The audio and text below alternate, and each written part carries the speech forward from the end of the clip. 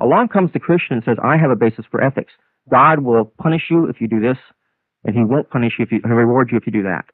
That sounds to me like a system of commandments. Either you do this or you don't. Where's the reason there? Is it right only because God wills it, or does God will it because it's right? That's a classic question. Is murder wrong only because God says it's wrong? If God tomorrow changed his mind and said, thou shalt not murder, would that make murder right? Or does God forbid murder because murder is intrinsically wrong? It seems to me that the Christian is caught on the horns of a dilemma. Either he has to take a hard line, it's wrong because God wills it to be wrong, in which case morality is reduced to a set of arbitrary decrees with no reason behind them, or he has to say that God himself forbids certain things because they are simply wrong, in which case there's a standard of morality apart from the will of God. Okay, let's hold it there. A lot on the table. We'll take a break. We'll come back and let Greg Bahnsen respond. Talking about God and the existence of God. Stay with us. We'll be right back.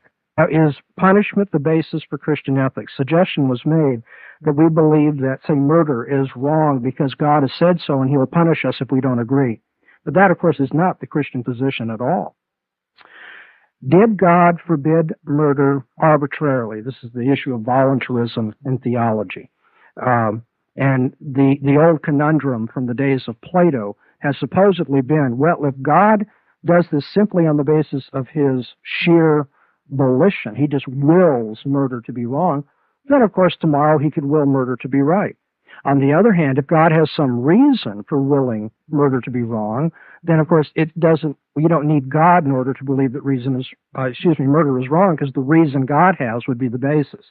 And what that overlooks completely is, from a Christian standpoint, God forbids murder because it's contrary to his own unchanging character. And God's volition, that is to say, his expressed will, saying, thou shalt not murder, is based upon who he is, the kind of God he is, and that is unchanging. And so the character of God is the basis of Christian morality, not simply the revelation of God or threats of eternal punishment if we should be murderers and so forth.